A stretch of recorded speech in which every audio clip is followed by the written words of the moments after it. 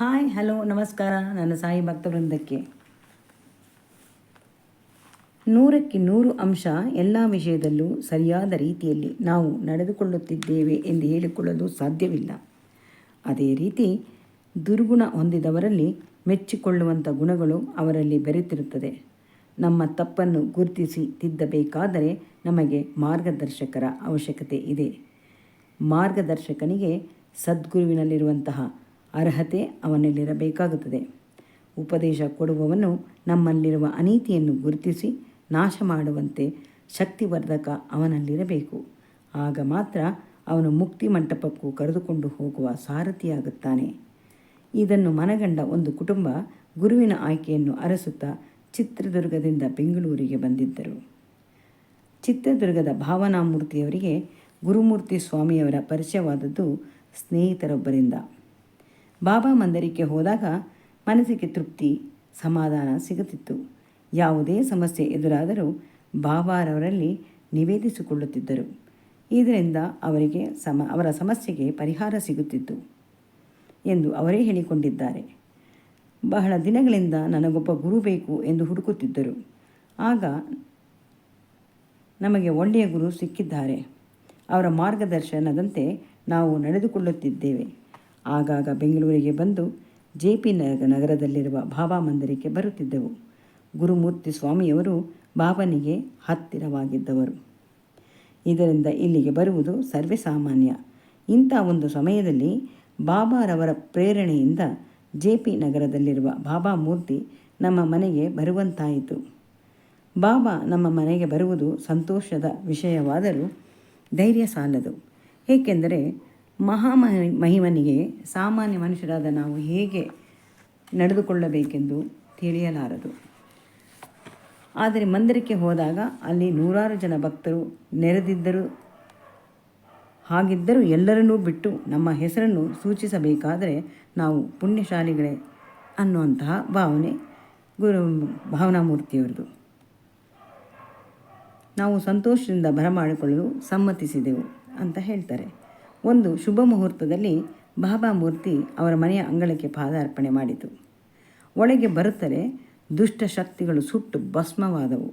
ಸರಳ ವ್ಯಕ್ತಿತ್ವದ ಬಾಬಾ ಎಂದೂ ಡಂಬಾಚಾರ ಇಷ್ಟಪಡುತ್ತಿರಲಿಲ್ಲ. ನಾವು ಪೂಜನೀಯ ಭಾವನೆ ಇಟ್ಟುಕೊಂಡರೆ ಸಾಕು, ಭಕ್ತಿಗೆ ಒಲಿಯುತ್ತಾರೆ. ಅವನಲ್ಲಿ ನಾವು ಶರಣಾಗತರಾದಾಗ 2 ರೀತಿಯ ಲಾಭ ನಾವು ಪಡೆಯಬಹುದಾಗಿದೆ. ಮೊದಲನೆಯದಾಗಿ ನಮ್ಮ ಪೂರ್ವ ಜನ್ಮದ ಪಾಪಕರ್ಮಗಳು ನಾಶವಾಗುತ್ತದೆ. ಎರಡನೆಯದಾಗಿ ನಮ್ಮ ಭವಿಷ್ಯದ ದಿನಗಳಲ್ಲಿ ಪುಣ್ಯ ಕಾರ್ಯಗಳನ್ನು ಕೈಗೊಂಡು ಪುಣ್ಯವಂತರಾಗುತ್ತೇವೆ. ನಮ್ಮ ಮನೆಗೆ ಬಂದ ಶ್ರೀ ಸಾಯಿಬಾಬಾ ನಮ್ಮ ಮನೆಗೆ ಒಡೆಯನಾದ, ಯಜಮಾನನಾದ.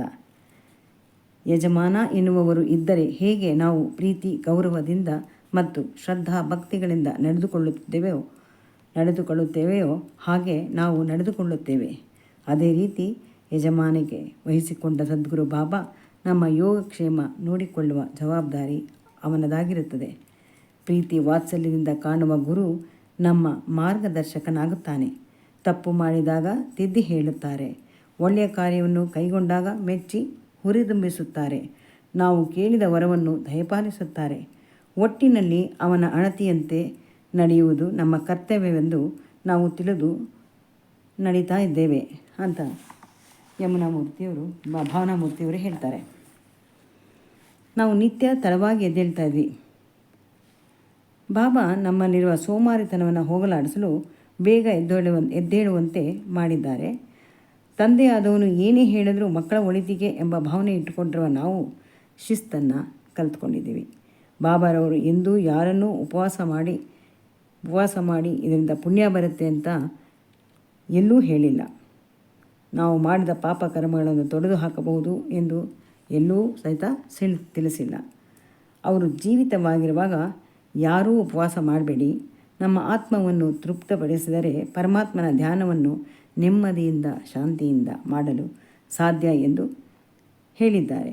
ಅದೇ ರೀತಿ ಜಾತಿಗಳ ವಿಂಗಡಣೆ ಮಾಡಿದವರಲ್ಲ. ಧರ್ಮ ಎಂದರೆ ನಾವು ಇನ್ನೊಬ್ಬರಿಗೆ ಅನುಕೂಲವಾಗುವಂತೆ ಸಂತೋಷಪಡಿಸುವುದನ್ನು ಧರ್ಮ ಎಂದು ಹೇಳಿದರು. ಧರ್ಮದ ಹೆಸರಿನಲ್ಲಿ ಯಾವ ರೀತಿ ಭೇದ ಭಾವ ತೋರಲಿಲ್ಲ.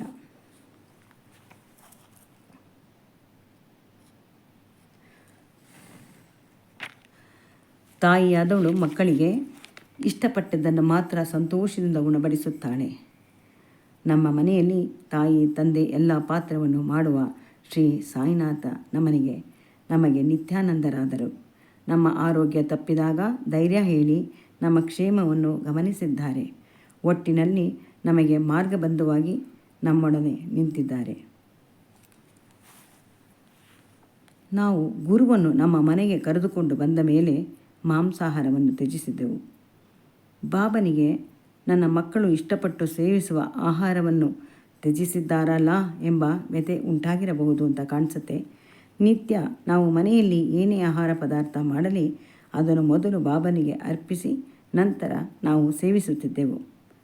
ಬಾಬಾ ನಮ್ಮ ಕನಸಿನಲ್ಲಿ ಕಾಣಿಸಿಕೊಂಡು ತಾನು ಮಾಂಸಾಹಾರವನ್ನು ತಿನ್ನಲು ಅಪೇಕ್ಷಿಸುತ್ತಿರುವುದನ್ನು ತಿಳಿಸಿದರು. ಸಮಸ್ತ ಜೀವಿಗಳಿಗೂ ಕಾರಣಕಾರನಾಗಿರುವ ಶ್ರೀ ಸಾಯಿಬಾಬಾ ತನ್ನ ಮಕ್ಕಳನ್ನು ತಾನೇ ಶಿಕ್ಷಿಸಲಾರ. ಆದರೆ ಅವರವರು ಅವರ ಪದ್ಧತಿಗಳನ್ನು ಆಚರಿಸುವುದು ಯಾವ ದೇವರೂ ತಪ್ಪೆಂದು ಪರಿಗಣಿಸಿಲ್ಲ.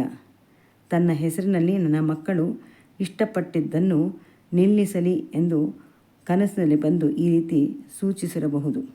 ಇದಕ್ಕೊಂದು ನಿದರ್ಶನವಾಗಿ ಒಂದು ಉದಾಹರಣೆಯನ್ನು ಹೇಳ್ತೇನೆ. ಮಂತ್ರಾಲಯದ ಪ್ರಭುಗಳಾದ ಶ್ರೀ ರಾಘವೇಂದ್ರ ಸ್ವಾಮಿ ಬ್ರಾಹ್ಮಣ ಕುಟುಂಬದಲ್ಲಿ ಜನಿಸಿದವರು. ಅವರು ಮಂತ್ರಾಲಯದ ಪ್ರಭುಗಳಾದ ಮೇಲೆ ಮುಸ್ಲಿಂ ನವಾಬ ಅವರನ್ನು ಪರೀಕ್ಷಿಸೋದಕ್ಕೆ ಮಾಂಸಾಹಾರನ ಬಟ್ಟೆಯಲ್ಲಿ ಮುಚ್ಚಿಕೊಂಡು ತಂದು ನೈವೇದ್ಯವಾಗಿ ಅರ್ಪಿಸ್ತಾನೆ. ಆದರೆ ಗುರುಗಳು ಅವರ ದಿವ್ಯ ಶಕ್ತಿಯಿಂದ ಗ್ರಹಿಸಿ ಅದನ್ನು ಫಲಪುಷ್ಪವನ್ನಾಗಿ ಮಾರ್ಪಡಿಸ್ತಾರೆ. ಶಿರ್ಡಿಯ ಸಾಯಿದೇವರು ಸರ್ವಾಂತರ್ಯಾಮಿ ನಿರಾಕಾರನಾದ ಪರಮಾತ್ಮ ಭಕ್ತರ ಉದ್ಧಾರಕ್ಕಾಗಿ ವಸುದೆಯ ಮಡಿಲಿನಲ್ಲಿ ಮಾನವ ರೂಪದಲ್ಲಿ ಕಾಣಿಸಿಕೊಂಡವರು. ಆದರ್ಶ ಯೋಗಿಯಂತೆ ಕಾಣಿಸಿಕೊಂಡು ಜ್ಞಾನ ಮತ್ತು ಕರ್ಮದ ತತ್ವವನ್ನು ಬೋಧಿಸಿ ಜನರಲ್ಲಿ ಜ್ಞಾನದೀಪ ಹಚ್ಚಿದರು. ಪರಮಾತ್ಮನಿಂದ ನಿಯಮಿಸಲ್ಪಟ್ಟ ಗುರಿಯನ್ನು ಸಾಧಿಸುವ ಸನ್ನಾಹದಲ್ಲಿ ತಮ್ಮನ್ನು ತೊಡಗಿಸಿಕೊಂಡಿರುತ್ತಾರೆ. ಮಾನವನ ಹೃದಯದಲ್ಲಿ ಜೀವಾತ್ಮನಾಗಿ ಪರಮಾತ್ಮ ನೆಲೆಸಿರುತ್ತಾನೆ. ಮನುಷ್ಯ ವಿವೇಚಿಸುವ ಶಕ್ತಿಯನ್ನು ಪಡೆದುಕೊಂಡಿರುತ್ತಾನೆ. ನನ್ನ ವಿವೇಕವನ್ನು ಅವನು ಹೇಗೆ ಬಳಸಿಕೊಳ್ಳುತ್ತಾನೋ ಅದರಂತೆ ಕರ್ಮವನ್ನು ಪಡೆಯುತ್ತಾನೆ. ಪೂರ್ವಜನ್ಮದ ಸಂಸ್ಕಾರದಂತೆ ಅವನ ನಡೆ ನುಡಿ ಆಚಾರ ವಿಚಾರ ರೂಪುಗೊಳ್ಳುತ್ತದೆ. ಒಳ್ಳೆಯ ಕರ್ಮ ಮಾಡಿದವನಿಗೆ ಒಳ್ಳೆಯ ಬದುಕನ್ನು, ಕೆಟ್ಟ ಕೆಲಸ ಮಾಡಿದವನಿಗೆ ಅದಕ್ಕೆ ತಕ್ಕದಾದ ಜೀವನ ಅವನು ಕಂಡುಕೊಳ್ಳುತ್ತಾನೆ. ವರ್ತಮಾನದ ಬದುಕಿನಲ್ಲಿ ಮಾತ್ರ ಅವನು ತನ್ನ ಕರ್ಮದ ಬದಲಾವಣೆ ಮಾಡಿಕೊಳ್ಳಲು ಸಾಧ್ಯ. ಕಳೆದ ಬದುಕು ಕಳೆದಂತೆ ಭವಿಷ್ಯದ ಜೀವನ ಇನ್ನೂ ಬಂದಿರದ ಕಾರಣ ನಾವು ಇಂದಿನ ದಿನವನ್ನು ವಿವೇಚಿಸುವುದು ನಮ್ಮ ಕೈಯಲ್ಲೇ ಇದೆ. ಆತ್ಮ ಸಾಕ್ಷಾತ್ಕಾರವಾದಾಗ ಕರ್ಮಗಳನ್ನು ನಶಿಸಿ ಸುಖಾಂತದ ಕಡೆಗೆ ನಮ್ಮ ಜೀವನ ವಾಲುತ್ತದೆ ಅಲ್ಲವೇ? ಓಂ ಶ್ರೀ ಸಾಯಿ ಪ್ರಣಾಮ್.